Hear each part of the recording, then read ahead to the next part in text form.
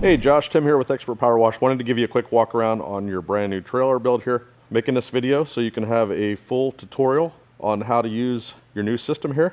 We had a great time building this. Everything came out really nice, super happy with it. We'll come around the real side here and start up at the machines. All right, so we'll start here at the P40. This is key start. I'm gonna go through a couple different things on here so you know what everything is. There's a bunch of hoses running to it. So let me explain what everything is here. So this is where you adjust your pressure.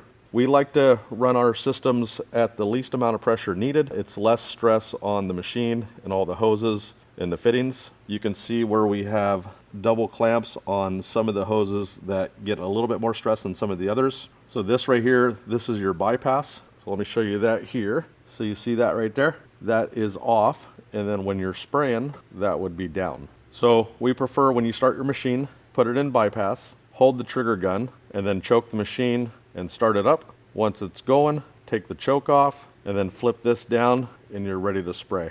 Like I said, this is where you adjust the pressure. I have it kind of just set kind of loose here. You can move this in, and that'll increase pressure, but keep in mind too, if you don't need all that pressure, it's going to put more stress on your hoses. Let me take this back out. So if you look at this bypass line, it goes all the way around, and then it's in this 25-foot coil. So when the machine's in bypass mode, all the fluids are going to be rotating through the bypass and through that 25 feet of hose. The whole reason for having all that hose is to keep the pump cool. So the fluid has a large circulation instead of just circulating back in a short loop into the machine. This hose right here, this goes up to your hose reel. And then the last hose, this big red hose, that is coming in from your mixer. So that's the suction. And we'll go through all that here in just a little bit. So here's the front of the machine. There's the key start, and here's the choke. So when you're going to start your machine, you'd move this to choke, and then you come over here, turn the key, start it. Once the machine's started, come back over here and take the choke off. This lever right here, this is your throttle. We always run these all the way up. I think the guys idled it down when we were running through some of the tests, but we always start and stop this. We just keep it full idle. You can idle down if you want. Guys will more than likely adjust their pressure back here to get more or less fluid.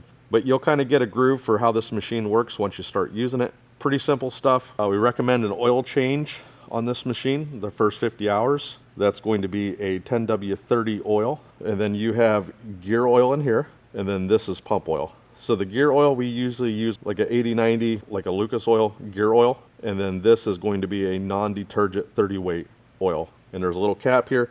This can have a tendency with all the vibrations to work loose once in a while, and you'll see some leakage if you don't catch it in time. But just every time you use your machine, just come over here and make sure that's all tight and you have plenty of oil in there. You'll see the oil level is about halfway. That's normal. You can top it off a little bit more if you'd like, but that's the factory recommendations, and that's the way it comes set from the factory. You have a little deflector over here, so that's going to shoot your exhaust fumes up instead of into the hose reel that it's right beside here. Like I said, if you have any questions, Chris is going to run through the full startup of this machine and operation as well when you're here in person. But the whole intention of this video is just to kind of give you a heads up on how everything works. Chris does a good job covering everything, but just in case there's something that myself or Chris missed, you have 2 reference points on how to use this system. Let's go over to the pressure washer here. This is key start as well. So when you start this, we always like to start, this is opposite of that over there where that just runs full throttle. This machine over here, you want to start it at half throttle and then pull this choke out. Start it up, let it run for a minute or two, maybe a little bit longer, let it warm up, and then slowly push this in and then raise the throttle up. When you go to turn it off, it's just reverse. Idle this down to about halfway and then turn the key off here. This is our premium gear drive unit. This is one of our custom built units. So it does have the gear drive and the pump. So as long as we're talking about this, let's talk about the oil changes. Same as the other one, this is going to be a 10W30. It's recommended to change it at the first 50 hours, along with the gearbox and the pump. The gearbox is going to take an 80-90 gear oil, just like the other machine. And then your pump's going to take a non-detergent 30 weight oil. So change everything at the first 50 hours. It's recommended to change your engine oils about every 100 to 150 hours, and then your gearbox and your pump about every 500 hours. There's the unloader. You can see that we have that block mounted, so it's not connected to the pump. Here is your intake. where it's going to pull water in from the tanks. If you follow this back, we got that going through a T-jet strainer filter, and then it's pulling out of the tank here on this side. If you ever want to clean out your filter, simply pull this bowl off, and then there's a little stainless steel filter in there. Clean it out. We recommend doing that probably once every 6 months or so. There's a couple other little tricks I'll talk about here later on in the video that makes this really not something that is a huge deal if you're doing some of the other things I'm going to cover. Here is your battery in here. This is a marine grade interstate battery. So you can see everything is wired up all neat there. This machine right here does have a recharging system on it. So you shouldn't have to put a charger on this unless it's going to sit for a while. Then of course you'd want to put a trickle charger on there. This is your fuel tank. This is your rollover valve. So this hose is just a short little whip here. The whole purpose of that is just to pull air into your fuel tank. And then this right here is going to your 8 gallon a minute machine right there. You can upgrade this later on if you want to put a manual fuel gauge in here. Talk to Chris. We actually just got some in stock. That wasn't something that we were offering before, but I think we have some. They're about 75 bucks. If you want something like that, just let them know.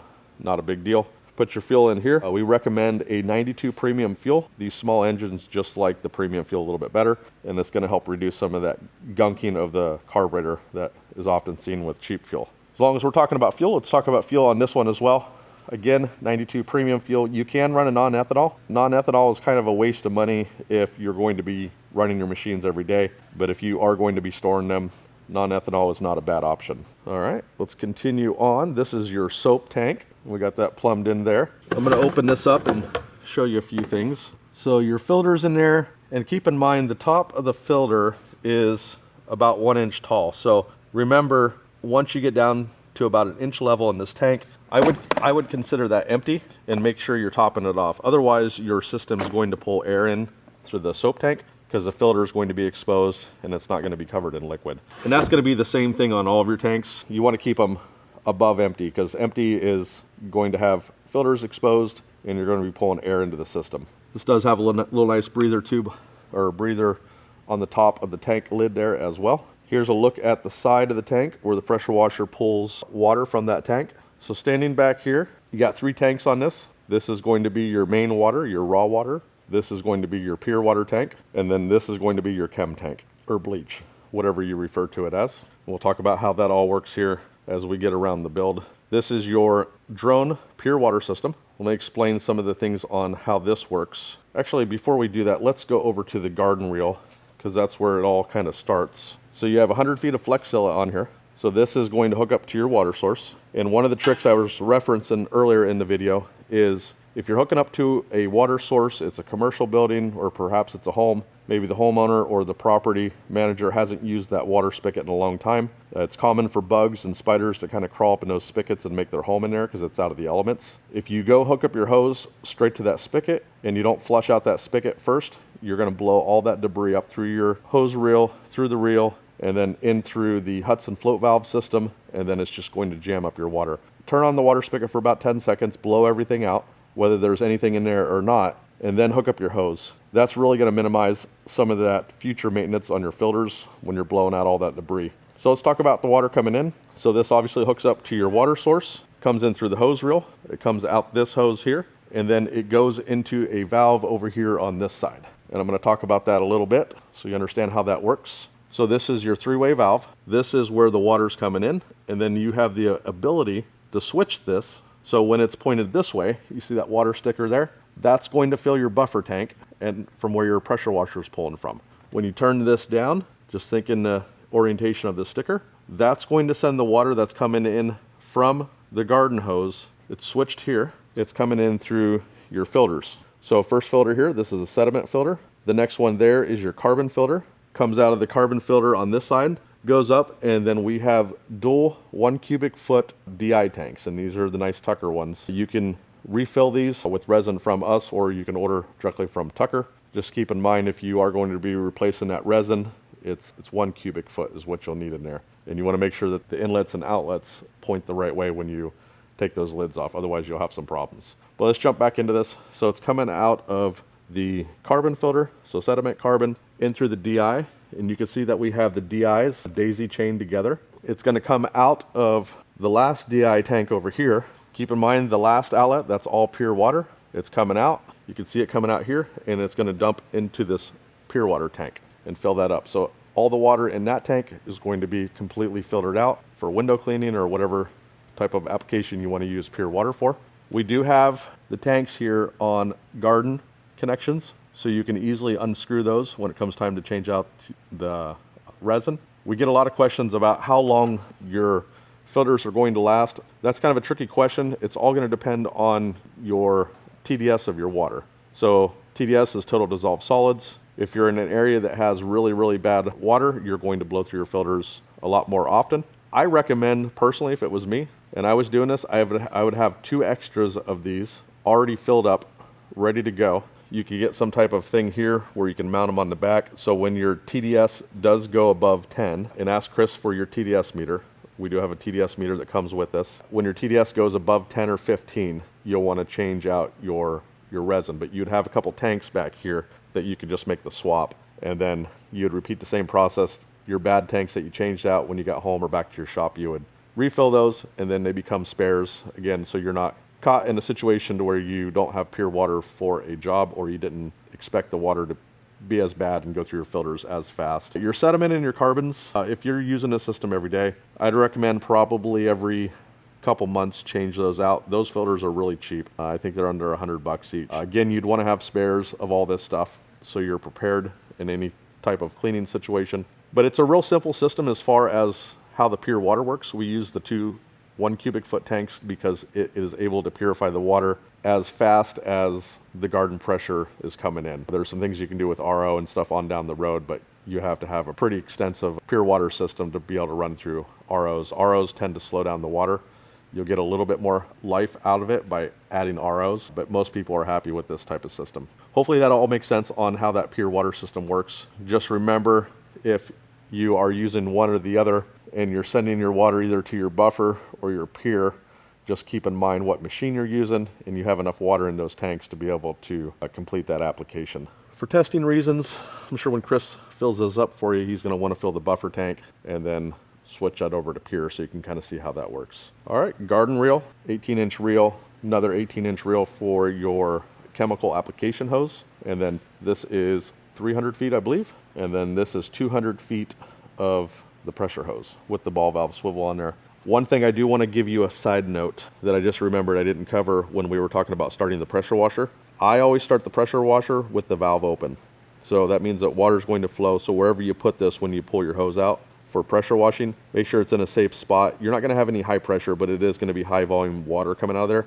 What it does is it relaxes the machine and the pump, helps it fire up, and the pump's not, kind of locked up with extra pressure and having to send everything through the bypass on the startup process. So it just makes it easier for the machine to come up to idle and come up to speed, but leave that open when you start the machine. It'll just work a lot better. This is on Quick Connects, so I'm going to pull this off. There's a little water in there from testing. So this is your gun. So if you're doing some soft wash on the ground level, you would use this. This is set up to hook up to your drone. If you happen to need any other connections for your drone, let Chris know. We can make sure we get that to you, but this is everything that you would need as far as I know. It's a female here on the end of the hose, and then your drone will have a male connection. If that's not the case on your drone, let us know, but otherwise you shouldn't have any issues hooking up to your drone. Let's talk about the mixer. This is probably going to be the most complex part of your setup, so we'll go through how this works. So this has 4 valves. 1 is going to be water. 2 is going to be your soap tank. That's going to pull out of that little soap tank I showed you earlier.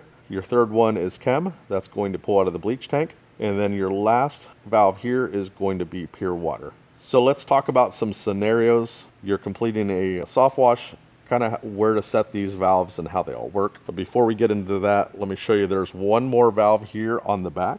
So the whole point of this valve on the back is to rinse out your chem valve here. So what that valve does is it has the ability to pull in regular water out of your water tank there, or bleach from the bleach tank. And you can make that switch. Let me see the best angle here I can get for you. But there is a sticker on the other side right over here that says water. So right now that bleach valve would be pulling water in through that valve. If you want to be in the soft wash setting, simply move this up and you would know that you're on chem because there's a chem sticker here. That means that that bleach valve is now going to pull bleach. Let's talk about some of the settings on your mixer. Water usually stays fully on. So if you look at this make sure I'm pointing to the right thing. If you look at this little window right there, that is going to be your indicator on all of the valves. So like I said, we don't move that valve. The only situation where you'd want to possibly move it if you need more than a 50% bleach strength, which would put you at a 6. So if you was to bump this water back a little bit, that's going to force some of these other valves to pull more soap or chemical like bleach. But we won't really talk about that. It's pretty rare that you would need a higher than 6% bleach pull out of this soft wash mixer. This is your soap. Keep in mind, we're looking at this window right now. This is on 0 right now, because if we were running the system like we were doing testing and we had this open, there's nothing in that soap tank and it's going to be pulling air into the system. So when you are using this, obviously you'll have soap in there. We have some pretty good soap here we sell at the store. You can ask Chris about. But when we run our systems, let me get a little bit closer here. You can see that's a 0.5. We're between 0.5 and 1. So you're not going to need to open up this valve a whole lot, but just a little bit. Keep in mind, the more soap that you introduce into your soft wash mix, the more difficult it's going to be to complete the rinse. So you'll find your sweet spot. Maybe you want a little more soap than what we used to use when we were out in the field, and you want to bump that up to a 2. I'll leave that completely up to you. But just as a general guide, somewhere be around that 1 or 0.5 is going to be a good starting point for you. So I'm going to go ahead and just turn this off now so we don't forget to turn that off when we're running this for you. Again, this valve is off because there's no soap in there and I don't want to pull air into the system. This is your bleach valve here. You can see right now that is fully open. It says SH. It's going to be hard to see from this angle, but that number is 6. Let me see if I can get a little closer here for you.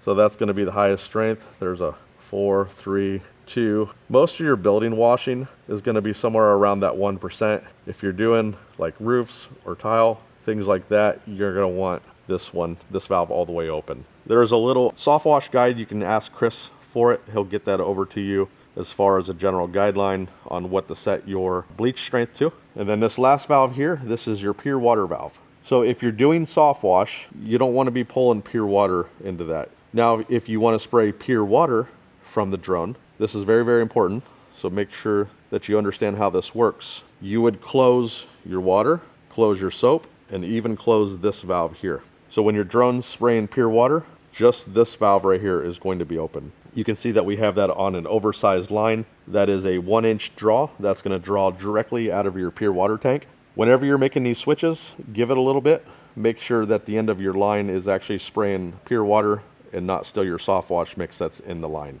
So when you're all finished up with your pure, you should be able to turn your machine off. But just remember to set things back to how they were when you go on to your next project. So I'm going to turn this off for now and leave this just set up for the soft wash. I'm going to open this up all the way. When Chris is running this for you, keep in mind we're going to be running this bleach valve on water because there's no bleach in the tank. And if we was to open that or have that valve set to the soft wash setting that we have it now, we'd be pulling 50% air. So I'm going to go ahead and switch this valve back over to water so everything's going to function properly when you use this. Again, there's your gun. The way this gun works is when you have the trigger fully squeezed, we just dumped a little water on the floor, that's going to be your straight stream. And then as you back this up or squeeze it just a little bit, that's going to be a nice cone spray. So really nice system. You can soft wash from the ground or your drone with this, pull pure water. If you have any questions about this mixer and the functions of how this works, let me know. I'd be happy to go over some of these things in more detail. I think this is pretty detailed though. This will be a great reference or a training video for you in the future, or if you're ever going to have an employee run this system, this is a pretty detailed walkthrough to help them out as well. Let's talk about some of the maintenance. This is probably one of the biggest headaches to anybody that runs a soft wash business that works with bleach. Bleach is a corrosive, which means that it will eventually eat away at all the fittings, all the sealant. Chlorine has a gas. It will want to gas out as well. So anywhere where this has a fitting that is connected, they will eventually leak. Unfortunately, this is just how it goes with bleach. It's not that we built the system wrong or anything like that. It's just a common thing. And if we don't tell you guys on the front side that there will be maintenance on down the road, then you won't be ready for it. So we want to make sure that we set the right expectations and you understand long-term that working with bleach will cause some issues. That's why we overbuild everything. But there is no way that the system will not leak eventually on down the road. The biggest valve that you're going to have issues with, it could be 3 months, it could be 6 months. It's hard to tell when the chlorine will start eating away at the fittings. The fittings themselves will be fine, aside from a few, and I'll go over those ones, but it will want to push those gases out, and it will eat away at where every joint that's sealed. But your biggest valve that's going to give you issues here is the bleach valve, chem valve. So you want to inspect this daily. Look for leaking fluids. One of the telltale signs that you'll have a leak is you'll start to see a crystallized white buildup, because bleach, when it dries and evaporates, the byproduct in bleach is salt. So you're going to see that salt crustiness all over wherever you have a leak. So you'd want to pull it off, seal it up, put it back together. You should be good to go. As far as replacement parts, a lot of these fittings, all these can be cleaned up. You can use a dental pick to pull off all of the old sealant, wash it out with warm soapy water. Should be good to go. The items that I recommend replacing within the first year, whether it's leaking or not, is these check valves. So you have one here, and it'll be the ones that have the arrows on them. So when you do replace them, make sure the arrow is pointed up to the right direction. But these will be, I mean, they're cheap enough. They're like 25 bucks or so. You got one here. This is 1 inch. You have another one here. This is a 1/2 inch one. You have another 1 inch here. And then on the drone line, pure water line, you have another 1 inch there. 4 check valves, around 100 bucks, give or take. The prices might go up a little bit, but that's going to be the thing that I recommend replacing every year. A couple other things to kind of be aware of here. Anywhere where there's a hose clamp, these are worm drive clamps. They're all tight. We've tested it to make sure there's no leaking, and we'll continue to inspect those all the way up through your demo. But this takes an 8mm. Sometimes these stretch over time. So this is just one of those areas where you want to put an 8mm closed end wrench on these and just give them a little tug. You got one here, one here. We've doubled up these ones as well. You got some there. This is going to be the only odd one that's not going to be an 8mm. You can just take a regular flathead screwdriver and just give that a little snug. You don't want to over tighten these to where it strips out the worm drive clamp areas, but you do want to give it a little tension every once in a while, just checking those to make sure that they're all tight, because there will be wear and tear on those things as well. You got your three-way valve back here. Keep in mind that is pulling in straight 12% bleach. That will take a toll on those joints and fittings as well. Those last pretty well. They're banjo ones, but they do fail. They do crack. Bleach will also make fittings brittle over time. So again, that's just one of those areas that you want to be aware of and make sure that you're maintaining those fittings and connections anywhere in the soft wash system. But this is going to be your biggest focus point for continued operation of your system, making sure that this is maintenance and it's not leaking. These systems do not like air.